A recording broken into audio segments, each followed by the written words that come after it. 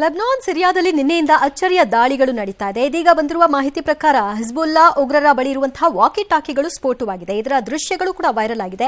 ನಿನ್ನೆ ಸಂಜೆ ಎರಡು ದೇಶದಲ್ಲಿ ಒಂದೇ ಕ್ಷಣದಲ್ಲಿ ಸಾವಿರಾರು ಪೇಜರ್ಗಳು ಏಕಾಏಕಿ ಸ್ಫೋಟವಾಗಿದೆ.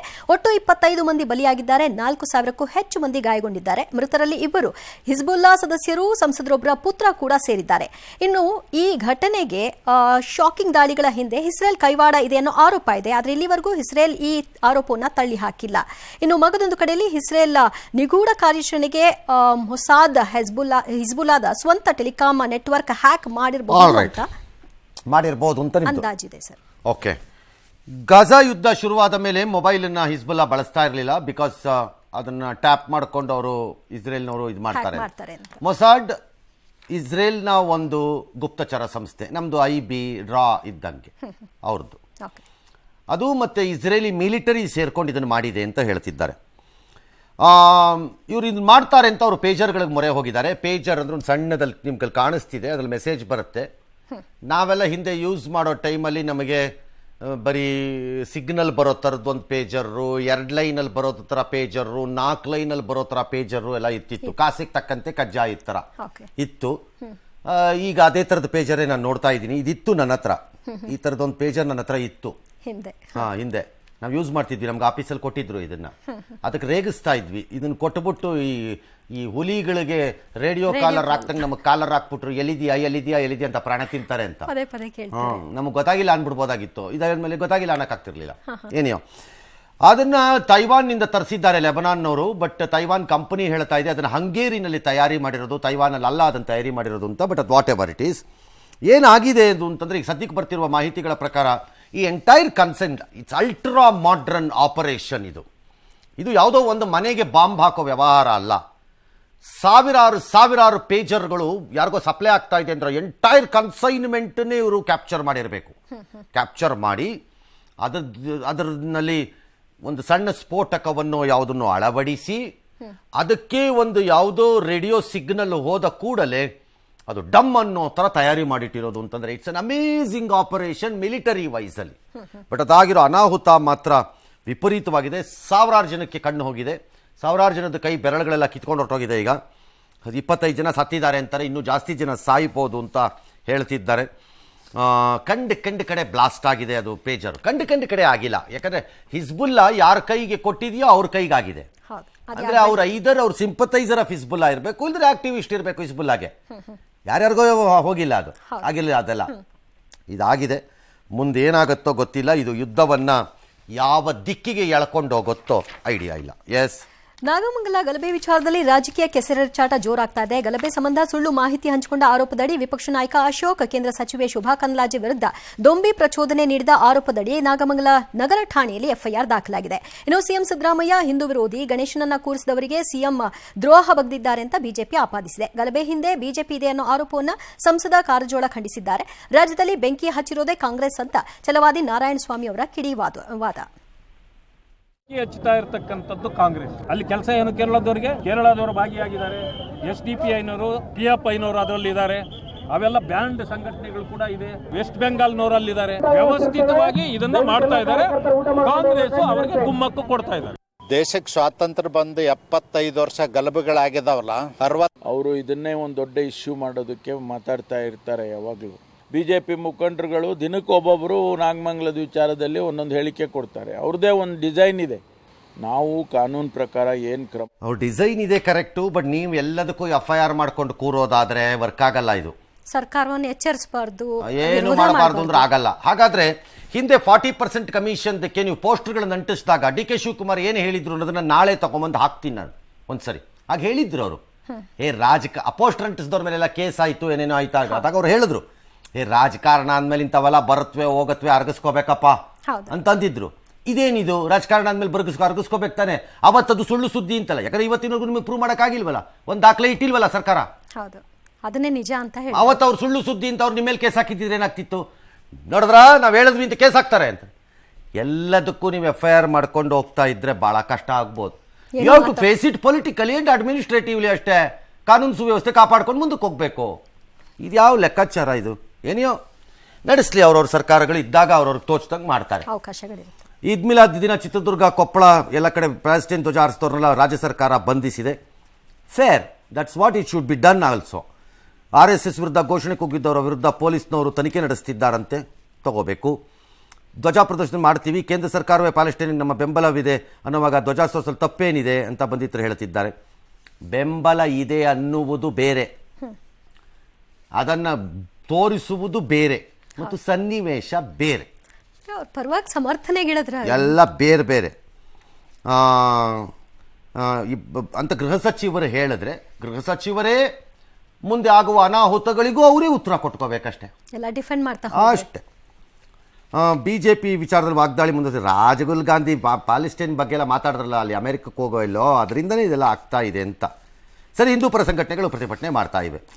ನೀವು ಹೆಂಗೆ ಅದನ್ನು ಹಾಗೆ ತಿಪ್ಪೆ ಸಾರಿಸ್ಬಿಡೋಣ ಅಂತೀರೋ, ಅವ್ರು ಹಾಗೆ ಅದಕ್ಕೆ ಹಿಡ್ಕೊಂಡು ರುಬ್ಬೋಣ ಅಂತ ಅವ್ರು ಬರ್ತಾರೆ ಅಷ್ಟೆ. ಎಸ್, ಮುಂದಕ್ಕೆ ಹೋಗೋಣ. ಜಾತಿ ನಿಂದನೆ ಆರೋಪ ಕೇಸ್ನಲ್ಲಿ ನ್ಯಾಯಾಂಗ ಬಂಧನದಲ್ಲಿರುವ ಮಾಜಿ ಮಂತ್ರಿ ಮುನಿರತ್ನ ಜಾಮೀನು ಭವಿಷ್ಯ ನಾಳೆ ನಿರ್ಧಾರ ಆಗುತ್ತೆ. ಇವತ್ತು ಕೋರ್ಟ್ನಲ್ಲಿ ವಾದ ಪ್ರತಿವಾದ ಆಯಿತು. ಈ ವೇಳೆ 6-7 ವರ್ಷದ ಹಳೆಯ ಪ್ರಕರಣ ಚೆಲುವರಾಜು ಉಪಸ್ಥಿತಿಯಲ್ಲಿ ಆದಂತಹ ಘಟನೆ ಇದು. ಸಾರ್ವಜನಿಕರ ಮುಂದೆ ನಡೆದ ನಿಂದನೆ ಅಲ್ಲ, ಇದು ಜಾತಿ ನಿಂದನೆ, ಪ್ರಚೋದನೆ ಎಂದೆಲ್ಲ ಈಗ ದೂರಿನಲ್ಲಿ ಉಲ್ಲೇಖ ಆಗಿದೆ. ಇದು ಅಟ್ರಾಸಿಟಿ ಕಾಯ್ದೆ ಅನ್ವಯ ಆಗಲ್ಲ. ಈ ಸೆಕ್ಷನ್ ಪ್ರಕಾರ ನಿಂದನೆ ಮಾಡುವಾಗ ಇಬ್ಬರಿಗಿಂತ ಹೆಚ್ಚು ಜನ ಇರಬೇಕು, ಗುಂಪಿನಲ್ಲಿ ಜಾತಿ ನಿಂದನೆ ಮಾಡಿರಬೇಕು. ಇಲ್ಲಿ ಚೆಲುವರಾಜುನೇ ನಿಜವಾದ ಆರೋಪಿ ಅಂತ ವಾದವನ್ನ ಮಾಡಿದ್ರು. ಈ ಮಧ್ಯೆ ನ್ಯಾಯಮೂರ್ತಿಗಳು ನಾಳೆಗೆ ಅವರ ಆದೇಶವನ್ನು ಕಾಯ್ದಿರಿಸಿದ್ದಾರೆ ಮತ್ತು ಮುಖ್ಯಮಂತ್ರಿಗಳು ತಮ್ಮ ಪ್ರತಿಕ್ರಿಯೆ ಒಂದನ್ನೇನೋ ಕೊಟ್ಟಿದ್ದಾರೆ. ನೋಡೋಣ. ದಸ್ತಗಿರಿ ಮಾಡಿದ್ದಾರೆ, ಕಾನೂನು ರೀತಿ ಮಾಡ್ತೀವಿ ನಾವು. ಯಾರು ದ್ವೇಷದ ರಾಜಕಾರಣ ಮಾಡಲ್ಲ. ಚೆನ್ನಾರೆಡ್ಡಿ ಕೇಸ್ ಏನ್ರಿ, ಅವರು ಡೆತ್ ನೋಟ್ ಬರ್ದಿದಾರ.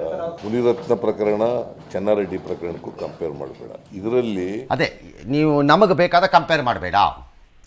ಇದು ಮರ್ಡರ್ ಆಯ್ತು, ಅದು ಕಂಪೇರ್ ಮಾಡಬೇಡ. ಮರ್ಡರ್ ಅದು ಬೇರೆ, ಇದು ಬೇರೆ. ಸರ್, ಅವರಿದ್ದಾಗ ಯಾವಾಗಲೂ ಒಂದು ಕಮ್ಯುನಲ್, ಅದು ಕಂಪೇರ್ ಮಾಡಬೇಡ್ರಿ. ಆ ಕಮ್ಯುನಲ್ ಕ್ಲಾಶ್ ಬೇರೆ, ಈ ಕಮ್ಯುನಲ್ ಕ್ಲಾಶ್ ಬೇರೆ. ಸರ್, ಅಲ್ಲೂ 6 ಜನ ಸತ್ತಿದ್ರು, ಇಲ್ಲಿ 4 ಜನ ಸತ್ತಿದ್ರು. ಹಂಗಾಗಲ್ಲ, ಹಂಗಾಗಲ್ಲ chief minister. Irrespective of who has done, whether it is a Munirathna or a Chennareddy, ಕಾನೂನು ತನ್ನ ಕ್ರಮ ತೆಗೆದುಕೊಳ್ಳುತ್ತೆ ಅಂದರೆ ಕಾನೂನು ಕ್ರಮ ತಗೋಬೇಕು. ಅದು ಯಾರಾದರೂ ಸರಿನೇ, then let them face the ಕೋರ್ಟ್ನ. ಅಲ್ಲೇ ಇತ್ತಿರ್ತಾಗಬೇಕು, ಲೈಕ್ ಯು. ನೀವು ಹೇಳಿದಂಗೆ ಹಾಗೆ ಅದು. ಹಾಗಾಗಿ that is A very unfair comment. ದೇಶದ ರಾಜಕಾರಣ ನಾವು ಮಾಡಲ್ಲ ಅಂತ ಅರ್ಧ ದಿನ ಬೆಳಗಾರ ಅದೇ ಕೆಲಸ ಮಾಡ್ತಿದ್ರೆ ಯಾವನ್ ನಂಬುತ್ತಾನೆ ಅದನ್ನ? ಅದು ಕಾಣೋ ರೀತಿಯಲ್ಲಿ ಇರಬೇಕಲ್ಲ. ಹಾಗೆ ಎಸ್. ನಾವು ಮೂಡಾ ಕೇಸ್ನಲ್ಲಿ ಸಿಎಂ ಪ್ರಾಸಿಕ್ಯೂಷನ್ ಭವಿಷ್ಯ ಈ ವಾರ ತೀರ್ಮಾನ ಆಗುವಂತಹ ಸಂಭವ ಇದೆ. ಹೈಕೋರ್ಟ್ ತೀರ್ಪು ಬೆನ್ನಲ್ಲೇ ಸಿಎಲ್ಪಿ ಸಭೆ ಕರೆಯುವಂತೆ ಹೈಕಮಾಂಡ್ ಸೂಚನೆ ಕೊಟ್ಟಿದೆ. ಮುಂದಿನ ಹೋರಾಟ, ನಿರ್ಧಾರ ಎಲ್ಲವೂ ಕೂಡ ನಮ್ಮ ಸಮ್ಮುಖದಲ್ಲೇ ಆಗಬೇಕು ಅಂತ ಎಐಸಿಸಿ ತೀರ್ಮಾನಿಸಿದೆ ಎನ್ನಲಾಗಿದೆ. ಇದರ ಮಧ್ಯೆ ಅಪೆಕ್ಸ್ ಬ್ಯಾಂಕ್ ಹಗರಣ ಸಂಬಂಧ ಸಚಿವ ಕೆಎನ್ ರಾಜಣ್ಣ ವಿರುದ್ಧ ಪ್ರಾಸಿಕ್ಯೂಷನ್ಗೆ ಅನುಮತಿ ನೀಡುವಂತೆ ಕೋರಿ ರಾಜ್ಯಪಾಲರಿಗೆ ದೂರುದಾರ ದಿನೇಶ್ ಕನ್ನಹಳ್ಳಿ ಅವರು ಪತ್ರವನ್ನು ಬರೆದಿದ್ದಾರೆ. 3 ತಿಂಗಳಿನಲ್ಲಿ ಇತ್ಯರ್ಥಪಡಿಸಿ ಅಂತ ಹೈಕೋರ್ಟ್ನಲ್ಲಿ ಸೂಚಿಸಿದ್ರೂ ಕೂಡ ರಾಜ್ಯ ಮುಖ್ಯ ಕಾರ್ಯದರ್ಶಿಗಳು ಯಾವುದೇ ಕ್ರಮ ತೆಗೆದುಕೊಂಡಿಲ್ಲ ಅಂತ ಅವರು ದೂರಿದ್ದಾರೆ. ಈ ಮಧ್ಯೆ ಸರ್ಕಾರದ ಕೆಲ ಮಂತ್ರಿಗಳು ನಮ್ಮ ವಿರುದ್ಧ ಸಂಘರ್ಷಕ್ಕೆ ಇಳಿದಿರುವ ರಾಜ್ಯಪಾಲ ವಿರುದ್ಧ ನಾವು ಪ್ರತಿಭಟಿಸಬೇಕು ಅಂತೇನೋ ಹೇಳಿದ್ದಾರೆ. ಪ್ರತಿಭಟನೆ ಮಾಡಲು ನಿಮಗೆ ಹಕ್ಕಿದೆ, ನೀವು ಮಾಡಬಹುದು. ಅದು ರಾಜ್ಯಪಾಲರನ್ನು ಬಗ್ಗಿಸುವುದೋ ಗೊತ್ತಿಲ್ಲ. ನನಗೆ ಇರುವ ಅನುಭವದಲ್ಲಿ ಹೇಳ್ತೀನಿ, ಬಗ್ಗಲ್ಲ. ಬಹಳ ಸರಳ. ಇದಕ್ಕೆ ಅಪ್ಪನಂತ, ತಾತನಂತ, ಮುತ್ತಾತನಂತಹ ಸಂಘರ್ಷಕ್ಕೆ ಇಳಿದಿರುವ ರಾಜ್ಯಪಾಲರುಗಳು ಈ ದೇಶದಲ್ಲಿ ಇನ್ನೂ ಇದ್ದಾರೆ. ಹಾಗಾಗಿ ನೀವು ಇಳಿಬೋದು, ಅದು ನಿಮ್ಮ ಇಷ್ಟ. ಅದು ಲೋಕಸಭೆ ನಾಯಕ ರಾಹುಲ್ ಗಾಂಧಿ ಹತ್ಯೆಗೆ ಸಂಚು ನಡೀತಾ ಇದೆ ಅಂತ ಕಾಂಗ್ರೆಸ್ ಆರೋಪಿಸಿ ಬಿಜೆಪಿ ಹಲವರ ವಿರುದ್ಧ ದೆಹಲಿಯ ತೊಗಲಕ್ ರೋಡ್ ಠಾಣೆಗೆ ದೂರೆಲ್ಲ ಕೊಟ್ಕೊಂಡಿದ್ದಾರೆ. ಅಯ್ಯೋ, ಬಡವರು ರೈತರ ಮಧ್ಯೆ ಧ್ವನಿ ಎತ್ತುತ್ತಿದ್ದಾರೆ, ಅದನ್ನು ಸಹಿಸಕ್ಕಾಗ್ತಿಲ್ಲ, ದೇಶಪೂರಿತ ಹೇರಿಕೆ, ಡ್ಯಾಶ್ ಅಜ್ಜಿ ಅಪ್ಪ ಎಲ್ಲ ಪ್ರಾಣತ್ಯಾಗ ಮಾಡಿದ್ರು ಅಂತೆಲ್ಲ ಹೇಳ್ಕೊಂಡಿದ್ದಾರೆ. ತಪ್ಪಿಲ್ಲ, ಹೇಳ್ಬೋದು. ಆಯಿತು. ಯತ್ನಾಳರನ್ನ ಸಿದ್ದರಾಮಯ್ಯನವರು ಮಾತ್ರ ಯತ್ನಾಳನ್ BJP ಇರಿಸ್ಕೊಂಡ್ರತೆ ಬೊಗಳಸಕ್ಕೆ ಅಂತಂದಿದ್ದಾರೆ. ಅಯ್ಯ, ಸಿದ್ದರಾಮಯ್ಯನವ್ರಿಗೂ ಗೊತ್ತಿದ್ದು, ಎಲ್ಲ ಸರ್ಕಾರಗಳು ಮತ್ತು ದೊಡ್ಡ ದೊಡ್ಡ ಕೆಲ ರಾಜಕಾರಣಿಗಳು ಅವರವರ ಅಧಿಕಾರದ ಸಮಯದಲ್ಲಿ ಅಥವಾ ಅವರವರ ಅನುಕೂಲಕರ ಸಮಯದಲ್ಲಿ ಇದೇ ನಿಜ ಆದರೆ ಬೊಗಳಿಸೋಕಿಟ್ಟಿದ್ದಾರೆ. BJP ಇರೋದೇ ನಿಜ ಆದರೆ ಅವರವರು ಆಗಾಗ ಒಬ್ಬರನ್ನ ಬೊಗಳಿಸಕ್ಕೆ ಇಟ್ಟಿರೋದು ನಾನು ನೋಡಿದ್ದೀನಿ. ಎಲ್ಲರೂ ಮಾಡಿದ್ದೀನಿ. ನಿಮ್ಮದು ಅದೇ ಕೆಲಸವೇ ಎಲ್ಲರದು. ಸ್ಟಿಲ್ ರಾಹುಲ್ ಗಾಂಧಿ ಹತ್ಯೆಗೆ ಸಂಚು ಅಲ್ಲ, ಉಗ್ರವಾದಿ ಅಂತ ಕರೆದಿದ್ದಾನೆ ಯಾರೋ ಒಬ್ಬ. ಅದು ಹರ್ಟ್ ಆಗತ್ತೆ ಕಾಂಗ್ರೆಸ್ಗೆ ಅನ್ನೋದಿದ್ರೆ, ಕಾಂಗ್ರೆಸ್ಸು ಇನ್ನೊಂದು ಪಕ್ಷದವರ ಬಗ್ಗೆ ಮಾತನಾಡುವಾಗ ಲ್ಯಾಂಗ್ವೇಜ್ನ ಸಂಯಮ ತಂದರೆ ಸರಿ ಹೋಗುತ್ತೆ. ಸಂಯಮ ಬರೀ ಆ ಕಡೆ ಇರಬೇಕು, ಈ ಕಡೆ ಅಂತಂದರೆ ಆಗಲ್ಲ. ಇವತ್ತಿನ ದ್ವೇಷದಲ್ಲಿ ಆಗ್ಲಿಕ್ಕಿಲ್ಲ. ಎಸ್, ರಾಜ್ಯದಲ್ಲಿ ಹೆಚ್ಚುತ್ತಾ ಇರುವ ಡ್ರಗ್ ಹಾವಳಿಗೆ ಬ್ರೇಕ್ ಹಾಕೋದಕ್ಕೆ ಸರ್ಕಾರ ಜಿಲ್ಲಾ ಮಟ್ಟದಲ್ಲಿ ಟಾಸ್ಕ್ ಫೋರ್ಸ್ ರಚಿಸಿದೆ. ಹೊಸ ಕಾನೂನು ತಂದು ಬೇಲ್ ಸಿಗದಂತೆ ನಿಯಮ ಮಾಡ್ತೀವಿ, ಕನಿಷ್ಠ 10 ವರ್ಷ ಗರಿಷ್ಠ ಜೀವಾವಧಿ ಶಿಕ್ಷೆ ಇರುವ ಕಾನೂನು ತರ್ತೀವಿ ಅಂತ ಸಿಎಂ ಹೇಳಿದ್ದಾರೆ. ಪೊಲೀಸ್ ಅಧಿಕಾರಿಗಳಿಗೆ ಗೊತ್ತಿಲ್ಲದೆ ಡ್ರಗ್ ದಂಧೆ ನಡೆಯೋಕೆ ಸಾಧ್ಯ ಇಲ್ಲ, ಇನ್ನು ಮುಂದೆ ಇವೆಲ್ಲ ನಡೆಯಲ್ಲ ಅಂತ ಎಚ್ಚರಿಸಿದ್ದಾರೆ. ಮೆಡಿಕಲ್ ಶಾಪ್ಗಳಲ್ಲಿ ಪೇನ್ ಕಿಲ್ಲರ್ ರೀತಿಯಲ್ಲಿ ಡ್ರಗ್ಗಳನ್ನ ಮಾರಾಟ ಮಾಡ್ತಾರೆ ಅಂದ್ರೆ ಹೇಗೆ ಅಂತ ಕಳವಳವನ್ನು ವ್ಯಕ್ತಪಡಿಸಿದ್ದಾರೆ ಗೃಹ ಸಚಿವರು.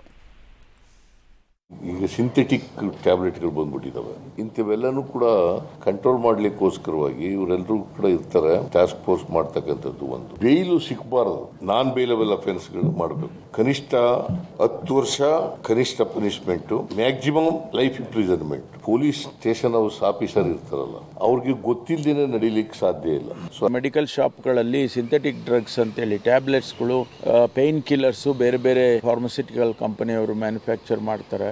ಅದು ಈಗ ಈಸಿಯಾಗಿ ಸಿಗ್ತಾ ಇದೆ. ಮೆಡಿಸಿನ್ ಅಂತ ಹೇಳಿ ಮಾರಾಟ ಮಾಡ್ತಾರೆ. ಅದನ್ನ ನಾವು ಯಾವ ರೀತಿ ಕಂಟ್ರೋಲ್ ಮಾಡಿ, ಪೊಲೀಸ್ನವ್ರಿಗೆ ಗೊತ್ತಿಲ್ಲದೆ ನಡೆಯಲ್ಲ ಅನ್ನೋದು ನನಗೂ ಗೊತ್ತದು, ಕರೆಕ್ಟ್ ಅದು.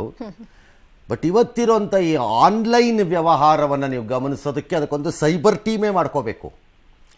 ಲಾರ್ಜ್ಲಿ ನಿಮ್ಮ synthetic drug and ultra modern hybrid drugs ಏನು ಬಂದಿವೆ, ಲಾರ್ಜ್ಲಿ ಅವು ಡೀಲ್ ಆಗ್ತಿರೋದೆಲ್ಲ ನಿಮಗೆ ಆನ್ಲೈನಲ್ಲಿ ಅಲ್ಲಾಗ್ತಾ ಇರೋದು.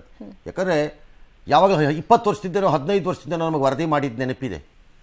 ಟೈಪ್ರೈಟ್ರಲ್ಲಿ ತಪ್ಪಾದರೆ, ಮೊನ್ನೆ ಸಿದ್ದರಾಮಯ್ಯನವ್ರ ಪ್ರಕರಣದಲ್ಲಿ ವೈಟ್ನರ್ ಅಂತ ಬಂತಲ್ಲಪ್ಪ, ಆ ವೈಟ್ನರು ಒಂದು ಡ್ರಗ್ಗು ಅಮಲು ತರಿಸುವಂಥದ್ದು. ಅದನ್ನು ಹೇಗೆ ಸಣ್ಣ ಸಣ್ಣ ಮಕ್ಕಳು ಮೆಜೆಸ್ಟಿಕ್ಕಲ್ಲಿ ಪಾರ್ಕಿಂಗ್ ಲಾಟಲ್ಲಿ ಬಳಸ್ತಿದ್ವು ಅನ್ನೋದನ್ನು ನಾವು ವರದಿ ಮಾಡ್ತಾ ಇದ್ವಿ. ವೈಟ್ನರ್. ಹಾಗಾಗಿ ಅದಕ್ಕೆ ವಿವಿಧ ರೂಪಗಳಿವೆ.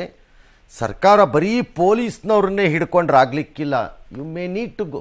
ನೀವು ಇನ್ನೂ 1947 ಕೂತ್ರಾಗಲ್ಲ. ಗೌರ್ಮೆಂಟ್ನವರು ಅಪ್ಡೇಟ್ ಆಗಬೇಕು. ನೀವು ಫಸ್ಟು ನೀವು ಅಪ್ಡೇಟ್ ಆಗೋದು ಒಂದರಲ್ಲೇ. ಹೊಸದಾಗಿ ಎಲೆಕ್ಷನ್ ಹೆಂಗೆ ಮಾಡೋದು ಅನ್ನೋದನ್ನು ಮಾತ್ರ ಅಪ್ಡೇಟ್ ಆಗ್ತೀರಿ, ಇನ್ಯಾವುದಕ್ಕೂ ಆಗಲ್ಲ. Online area delivery system and supply system chain ವಿಪರೀತವಾದ ಆಳವಾಗಿ ಕೂತಿದೆ. ಅದು ಬ್ರೇಕ್ ಆಗದೇ ಇದ್ದರೆ ತುಂಬ ಕಷ್ಟ. Very tough. ಎಸ್.